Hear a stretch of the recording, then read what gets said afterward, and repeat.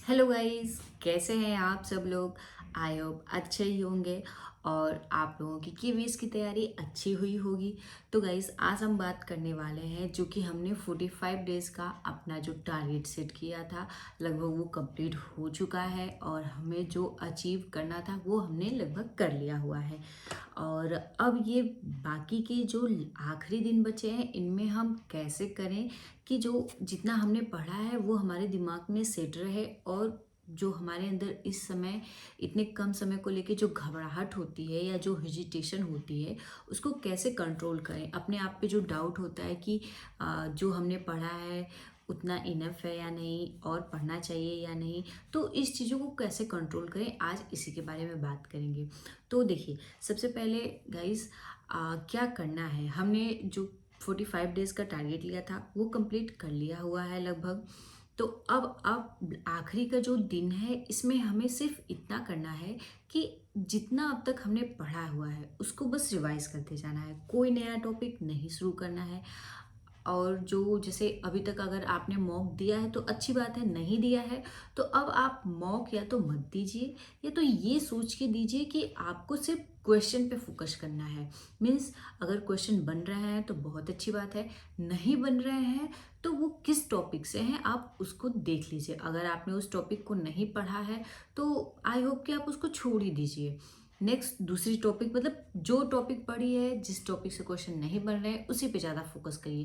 क्योंकि अगर आप ज़्यादा के चक्कर में पढ़ेंगे, इट मीन्स कि जो आपने पढ़ा है वो तो आ नहीं रहा है ठीक से, और नए के चक्कर में पढ़ जाएंगे तो पता चलेगा कि जो आ रहा है वो भी दिमाग से निकल जाएगा। और सबसे पहले अपने आप पे विश्वास रखिए। आपने जितना पढ़ा है उतना इनफ है। मतलब आपने 45 दिन तक लगातार प्रयास किया, अपनी पढ़ाई को पूरी ईमानदारी से की है, तो कुछ ना कुछ आपके माइंड में फिट हुआ ही होगा। मीन्स कुछ ना कुछ लर्न हुआ ही होगा। बस हर एक चीज़ जैसे पढ़ने के बाद क्या होता है कि थोड़ी सी घबराहट होती है कि पता नहीं ये चीज़ हमें याद होगी नहीं होगी, क्वेश्चन यहीं से बनेंगे या नहीं बनेंगे। क्योंकि अभी क्या हुआ है, सिलेबस भी चेंज हो गया है, एग्ज़ाम का जो पैटर्न है वो भी चेंज हो गया है, तो मन में बहुत सारे डाउट हैं। तो मान के चलिए कि आपने जितना पढ़ लिया है अब तक वो इनफ है, क्वेश्चन वहीं से बनने वाले हैं। जो नहीं पढ़ा है उसको छोड़ दीजिए, जो पढ़ा है उसी को बार बार रिवाइज करिए। जितनी बार आप उसको रिवाइज करेंगे वो चीज़ें क्लियर होती जाएंगी। कभी कभी ऐसा भी होता है कि पढ़ा हुआ क्वेश्चन नहीं आता है, क्यों? क्योंकि क्वेश्चन थोड़ा सा घुमा के आ जाता है तो उसका आंसर नहीं आ पाता है। ठीक है, तो सबसे पहले अपने आप पे विश्वास रखिए कि आप एग्ज़ाम पास कर लेंगे, आपको कोई दिक्कत नहीं होगी। और दूसरी बात, थोड़ा हेल्दी खाइए। हेल्दी खाने से क्या होगा, नींद कम आएगी और थोड़ा आप आराम से पढ़ पाएंगे। और चीज़ों को ना बार बार मतलब रटिए नहीं, जो पढ़ लिया है उसको समझने की कोशिश करिए, या जितना नोट्स बनाया है उसी को आप देखिए। और एक चीज़ ज़रूर करिए, जैसे कि अभी लास्ट टाइम जो है, तो इसमें क्या करना है कि हर एक सब्जेक्ट को उठाइए, जो जो भी आपका इच्छा करे वो सब्जेक्ट उठाइए, उसके 20 क्वेश्चन सॉल्व कर लीजिए। जो क्वेश्चन नहीं सॉल्व हो रहा है, किस टॉपिक से है, आप उस टॉपिक को फिर से जा करके रिवाइज कर लीजिए।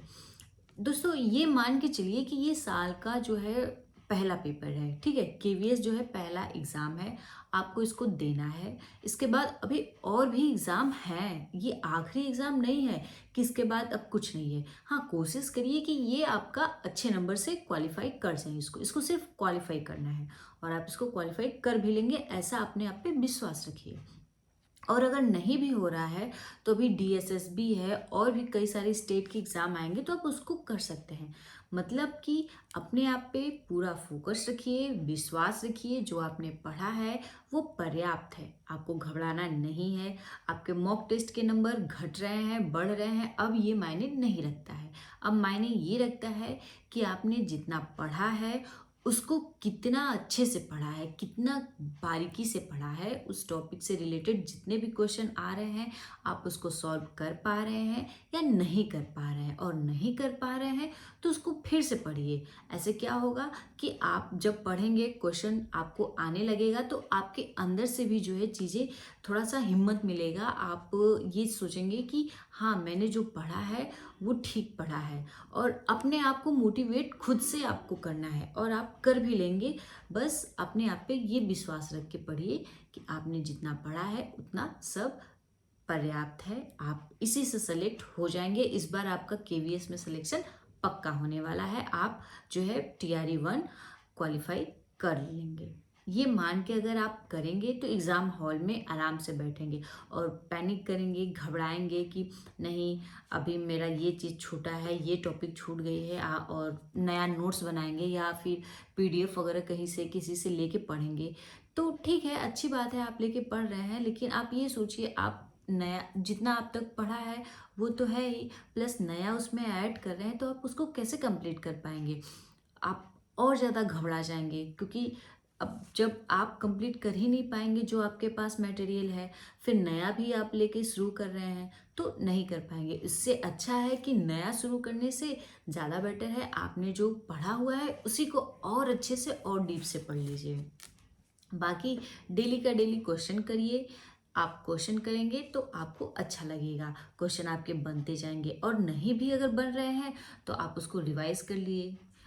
जितनी बार क्वेश्चन लगाएंगे उतने टाइप के जो है क्वेश्चन कैसे आएंगे ये चीज़ें भी क्लियर होती जाएंगी। ये मान के चलिए कि ये पहला है, आखिरी नहीं है, इसके बाद अभी और भी एग्ज़ाम देने हैं, तो कोशिश करना है कि ये क्वालिफाई हो जाए। नहीं हो रहा है कोई बात नहीं, इतना ज़्यादा स्ट्रेस नहीं लेना है कि एकदम इसी में परेशान हो जाना है, क्योंकि चूंकि ये शायद ऑफलाइन होने वाला है, OMR शीट फिलअप करनी पड़ेगी। कभी कभी घबराहट में क्या होता है, OMR शीट A की जगह B को हम लोग करेक्ट करके आ जाते हैं, तो ये चीज़ें गलत हो जाती हैं। या बबल जो फिलअप करते हैं, एक के बाद 2 बबल फिलअप कर देते हैं, करना A रहता है, गलती से B हो जाता है, फिर हम उसको A बनाते हैं। तो ये सब सारी छोटी छोटी जो चीज़ें हैं उसको ध्यान देनी है।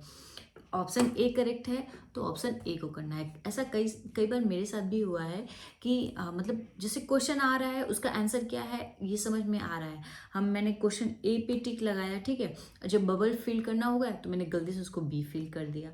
तो इस चीज़ का भी ध्यान देना है। कभी कभी ऐसे भी मतलब गलतियाँ हो जाती हैं जो कि बहुत छोटी सी होती हैं, लेकिन काफ़ी नंबर इसमें कट जाते हैं।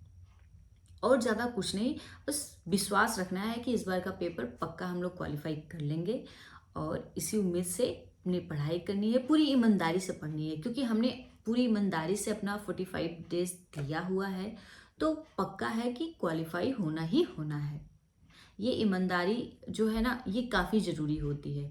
अभी लास्ट टाइम जो टाइम बचा है इसमें आपको मेन फोकस अपने हेल्थ पे करना है, कि पैनिक ज़्यादा नहीं होना है, जितना पढ़ा है उस पर ट्रस्ट करना है।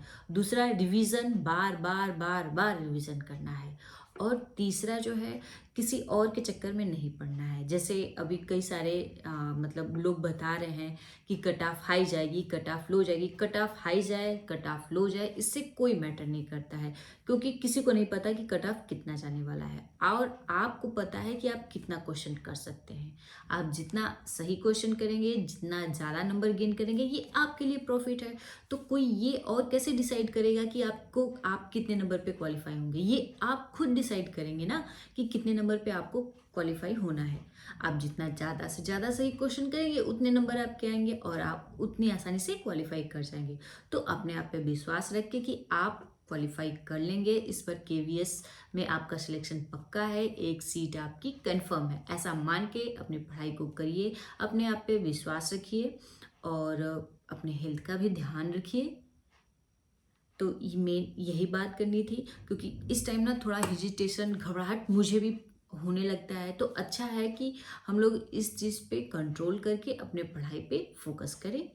बाकी फिर हम मिलेंगे एक नेक्स्ट वीडियो में, तब तक के लिए आपको ऑल द बेस्ट है कि हम अच्छे से एग्ज़ाम हॉल में अपने एग्ज़ाम को क्लियर कर लेंगे।